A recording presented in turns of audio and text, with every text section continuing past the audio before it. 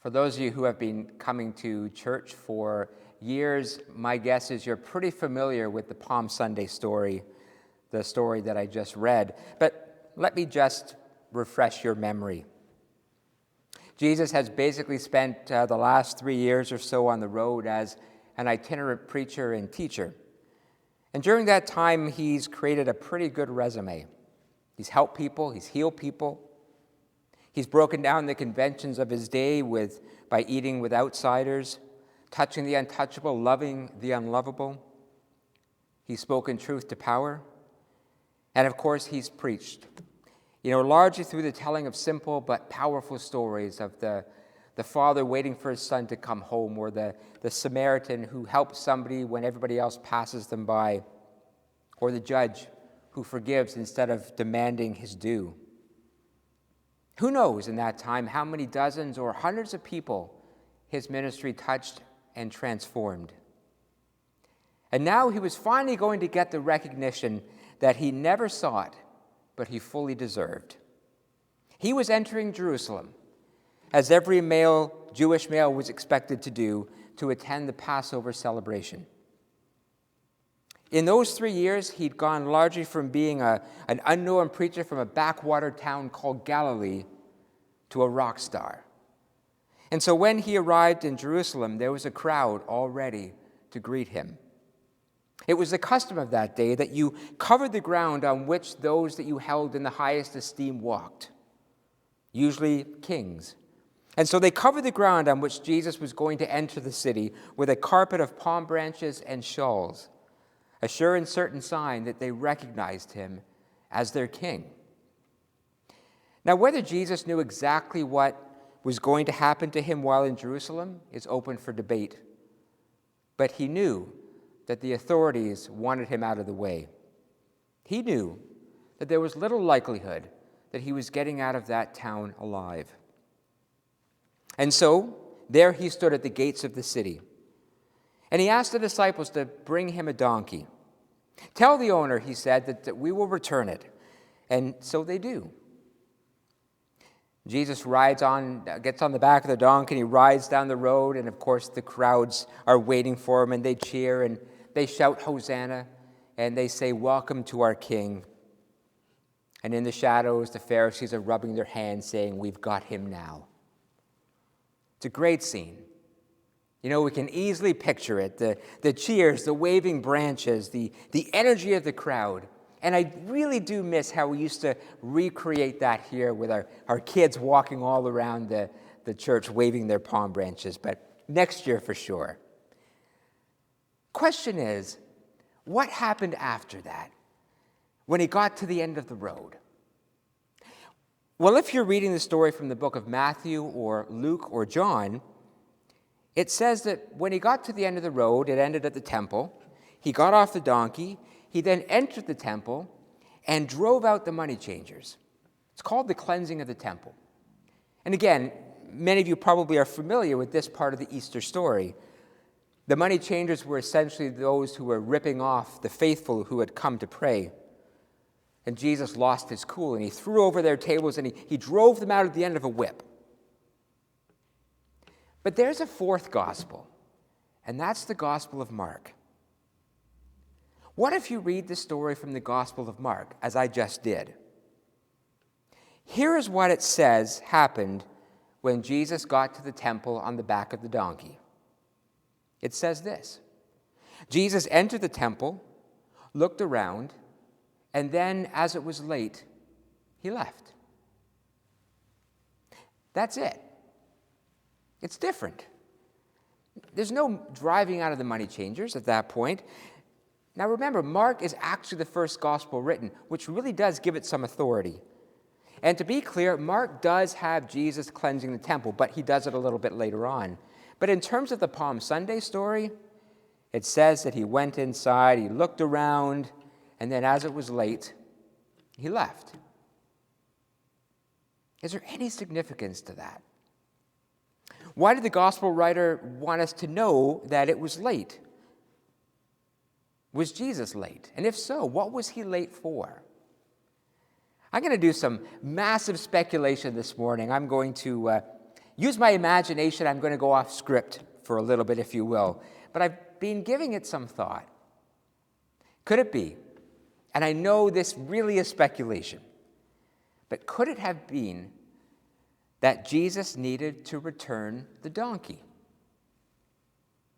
I'm serious. In each of the 4 Gospels, it's very clear that the disciples were only to borrow the donkey, which they would then return to the owner. It was getting late. And could it have been that Jesus wanted to be true to his word and make sure that the owner got his property back before the end of the day? And so, he only had time to pause for a moment at the temple, take a quick look, before turning around, walking that donkey back up the road to return to the owner. Whether that happened or not, who knows? But regardless, I think that idea of returning the donkey could actually be a really good metaphor for us as we enter this, the holiest week of the Christian calendar. You know, this next week as we approach Easter and go through Good Friday, it really is a time to prepare our hearts for the possibility of resurrection. And what if returning the donkey can help us to prepare for that? So go with me for a few moments and as we open up the possibility of this idea. So how can we use this metaphor? Well, my first point is really a very practical one. Returning the donkey could be a metaphor for tying up loose ends that we need to tie up, or outstanding tasks that we need to complete, or maybe debts that we need to return to someone. What a great way to spend Holy Week, tying up a few loose ends. Look around your house. Did you borrow a book from someone and you've said that you were going to give it back to them, but you haven't done that yet? Return the donkey. Open your garage. Is your neighbor's weed whacker still in there from the fall, or maybe his or her hedge clippers that back in October you said, I'll bring them back tomorrow? Return the donkey. How about your car? Snow tires off yet? Return the donkey. Or do you owe somebody money? I know I shouldn't do this, but I made a bet with my son last fall. We were playing basketball in the driveway. And I said to him, Jack, I'll make you a bet. If you can sink a basket from the road, I'll give you $20. Never really thought he could do it. First shot goes in the basket. He's still asking me, Dad, where's my $20? I said, don't worry, I'm going to take it off your university fees when that time comes. But I do like to practice what I preach, so I gave him his $20 back this week. I returned the donkey. All of this may sound frivolous, but it's really not. As someone once said, if we are faithful in the small things, people will trust us with the big things. You know, I love that possibility that Jesus, with all the things on his mind and all the things that were behind him and all the things that were ahead of him, still understood the importance of being true to his word.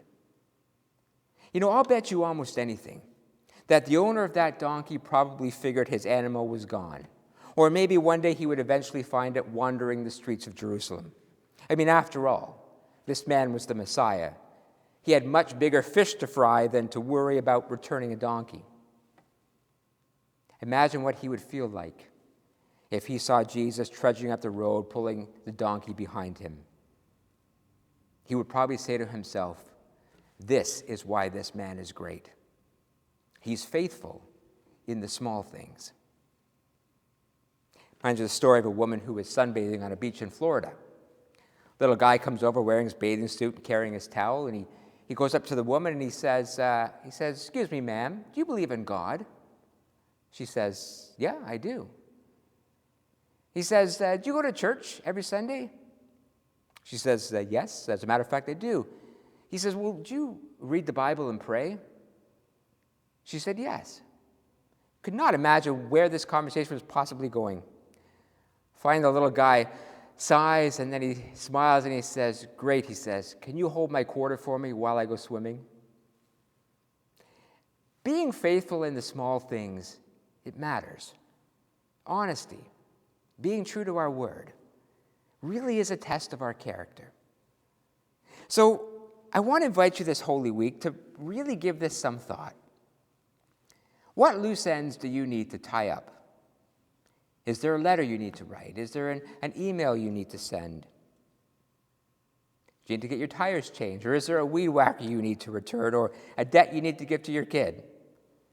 What a great week to do that. To return the donkey before Easter Sunday. Create some space for something new. But let's go even deeper than that. Returning the donkey can also be a metaphor for getting rid of some of the emotional baggage that we carry. I was listening to a woman on the radio this week who works at a donkey sanctuary. I had no idea these places exist, but apparently they do. There's one just outside of Toronto. It's a place where donkeys who have been mistreated or who have simply reached a certain age and can no longer do what donkeys do can go and live out their final days or months in peace, being cared for in a safe place. And this woman was asked, what's the hardest part about working in a donkey sanctuary? And she said, the donkeys have minds of their own. They're very stubborn. I guess that's where stubborn as a mule comes from. And I couldn't help but draw a parallel with that and some of the stuff that we carry with us. That stuff that stubbornly sticks to our conscience or our thoughts. The griefs, regrets, bitterness, grudges, that like a donkey refuse to budge and end up just taking the joy out of life. We do ourselves such a disfavor by stubbornly holding on to stuff that we don't need anymore. Shared this story many times before because it really is one of my favorite stories about two monks who were walking along a forest trail near the monastery. It was the season of Lent, and they made a vow that during Lent they were going to have no outside contact with anybody in the world, outside of their own cloister or their own monastery. They were not going to have contact with anybody else. Well, as they walked along, they came across a little girl who was standing beside a river, and the girl was crying.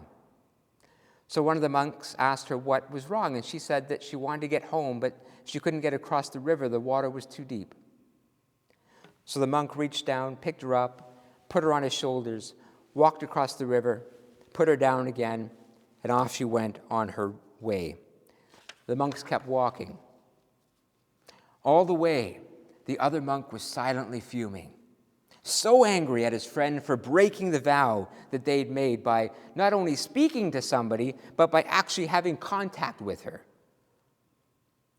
For a few more miles they walked until finally the other monk could stand it no longer. He turned to his friend, he was red in the face, and he said, "How dare you? How dare you break your vow by carrying that girl?" The other monk very calmly thought for a moment, and finally he said, "Brother, you're right. Yes, I did pick up that girl, but then I put her down. So why do you now insist on carrying her?"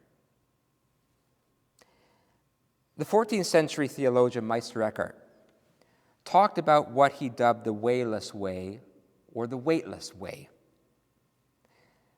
The way to God, he believed, was the constant stripping away of as many attachments as we can. He believed the simple life is the best life. The less we rely on the things of the world, the more we uncover the truths of God.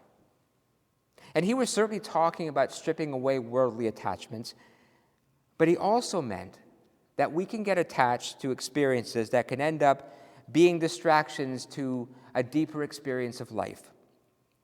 Like that monk who insisted on carrying anger for what someone else had done. It weighed him down. You know, the anger of what his friend did probably created more stress on him than on the actual physical weight of carrying that girl on the shoulders of the other one. Is there anything in your life right now that you insist on carrying that is doing you absolutely no favors? Is there a grudge that you're holding on to that distracts you every time you see that person? Is there guilt that you've been carrying that has been eating you up inside? Is there anger, sadness, regret, It's just a burden that's robbing you of joy and peace. I'm quite certain that God did not create you with the intention that you would happily carry everyone's emotional baggage with you. You are not a porter in someone's emotional hotel, because that's what you're doing when you let someone else's baggage become your baggage. That's exactly what a grudge is. It is saying to someone, let me carry your weight around with me for a little while. You didn't pick up the girl, so why on earth do you insist on carrying her? Or in the context of Palm Sunday, ask yourself this: are you borrowing someone else's problem that is sticking to you with the stubbornness of a donkey? If so, maybe it's time to return it. Strip away, lighten the load, the weightless way. Let me give an example of what I'm talking about. When I was a teenager, I had a friend who, looking back now, was not a good influence in my life. My parents knew that. They never wanted me hanging out with him, which gave me all the more reason why I wanted to hang out with him. I mean, we know how that works as parents. My friend had a car, and he liked to drive, he liked to drive that car really quickly. He'd got his hands on a radar detector, so he could tell when a speed trap was coming up. They were, of course, illegal at the time. He'd already been caught once with it and was told that if he ever got caught with it again, he would lose his license. So one day we're driving along the road going much too fast, and the radar detector goes off. So my friend jams on the brakes and slows the car right down, and sure enough, we pass a police officer who was just hiding in the bushes a little way further up. After a moment, we see the lights go on and the siren starts, and the cop comes up and pulls us over. As the cop's getting out of the car, my friend turns to me and says, if the officer asks about if there's a radar detector or finds it, please say that it's yours. Officer comes to the window and says, I can tell by how quickly you stop that I bet you've got a radar detector in here. And if you don't come clean, I'm going to search the car. My friend kind of took a sideways glance at me, and I sheepishly pulled it out, held it up, and I said, I'm sorry, officer, it's mine. I was just playing with it. Long story short, I got off with a warning. The police officer took the radar detector away. But my friend was overjoyed. We'd gotten away with it. No tickets, no fines. He kept his license. But I felt horrible.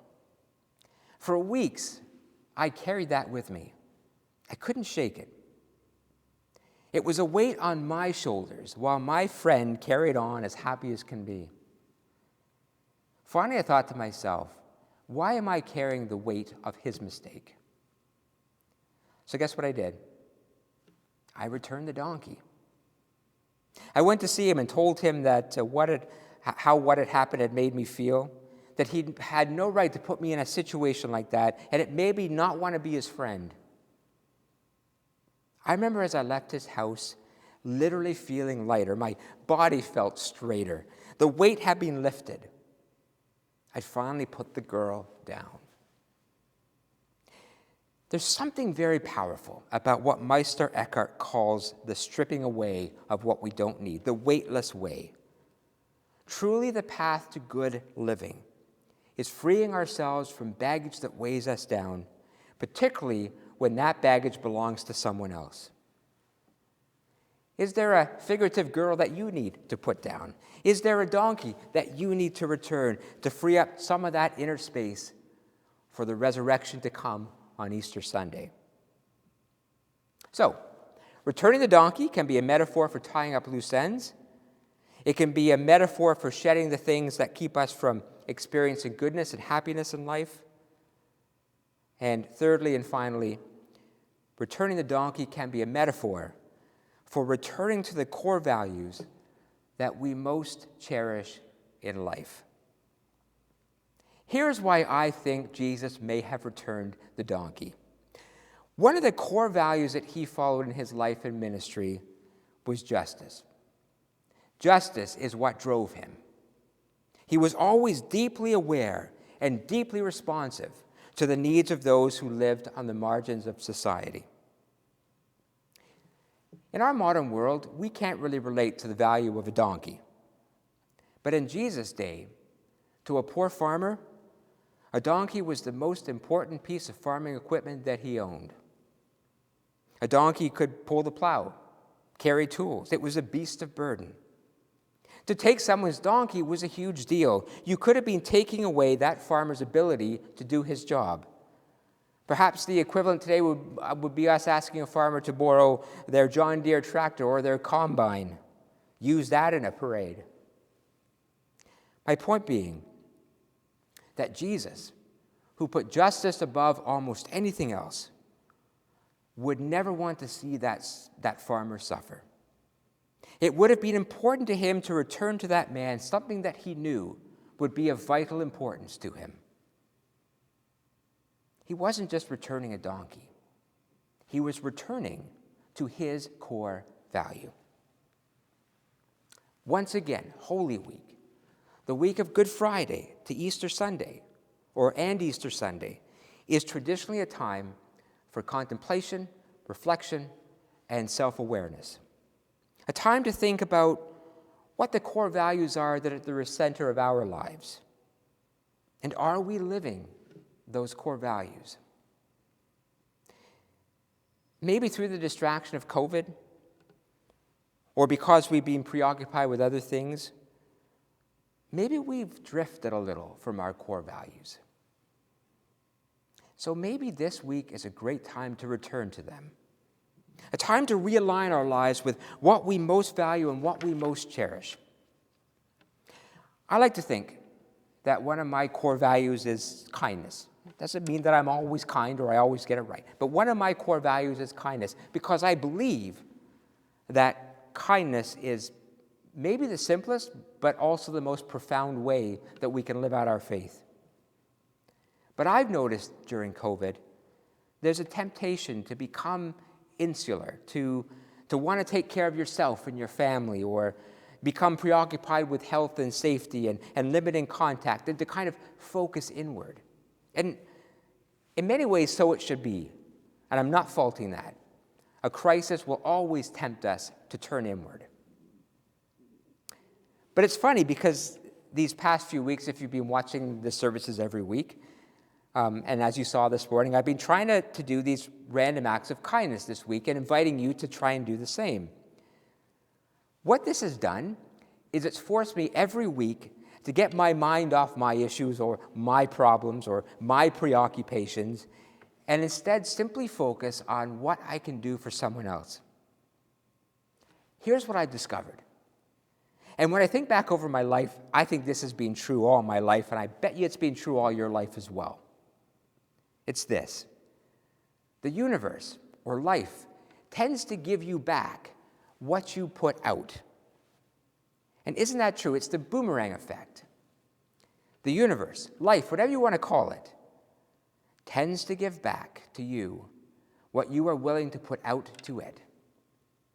And that can work in the wrong way too. And when you put out frustration, you tend to attract the frustration of others. When you put out anger, you tend to reflect the anger of others. When you put out judgment, you tend to reflect or bring back the judgment of others.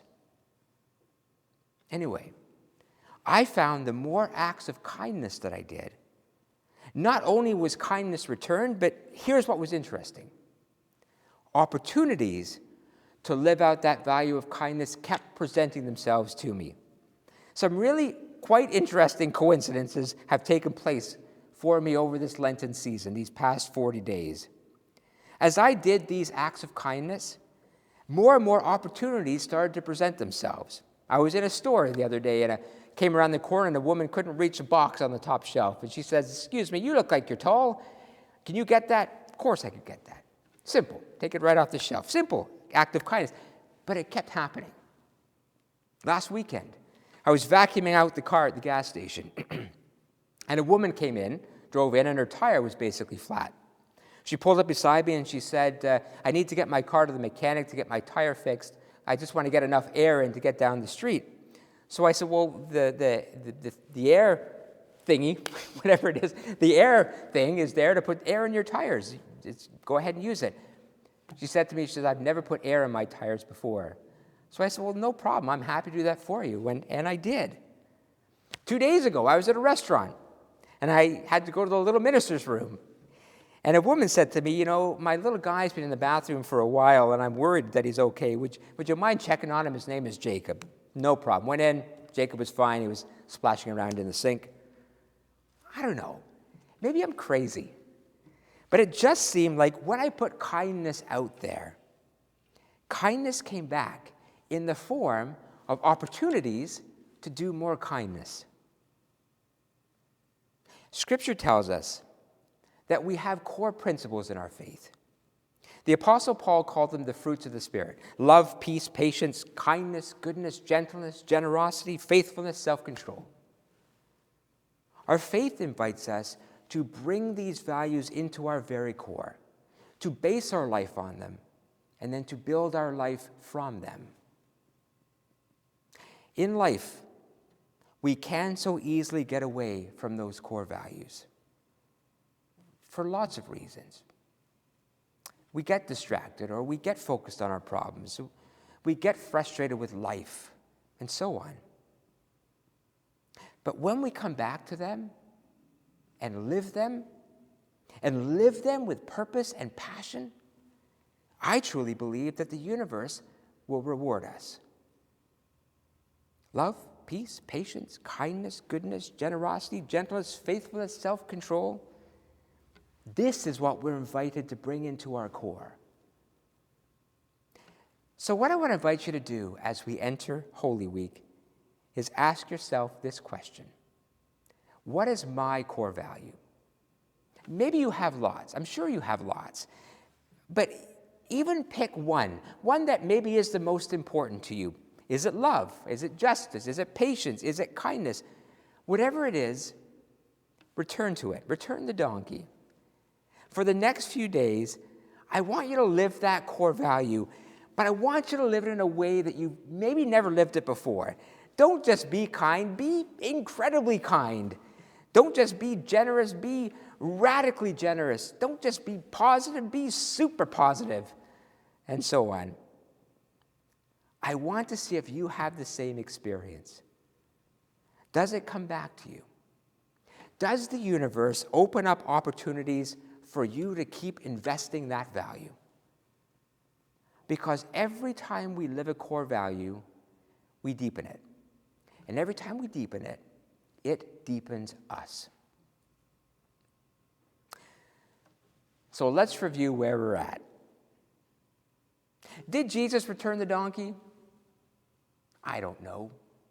But in my faith story, yes, he does. And by so doing, gives us a great metaphor for life and a great image to carry into Holy Week. Friends, return the donkey. Tie up loose ends. Give back stuff that belongs to someone else. Make that contact you need to make. Return the donkey. Put stuff down that you don't need to carry anymore. Return other people's bags to them and stop lugging them around. Dump the grudges and resentment that are only taking the joy from your life. Return the donkey. Go back to your values and live them intensely with great fervor, and watch if life opens up for you in brand new ways. As for what's to come, we'll deal with that on Friday and Sunday. But for now, just return the donkey. I know you'll be glad that you did. Amen.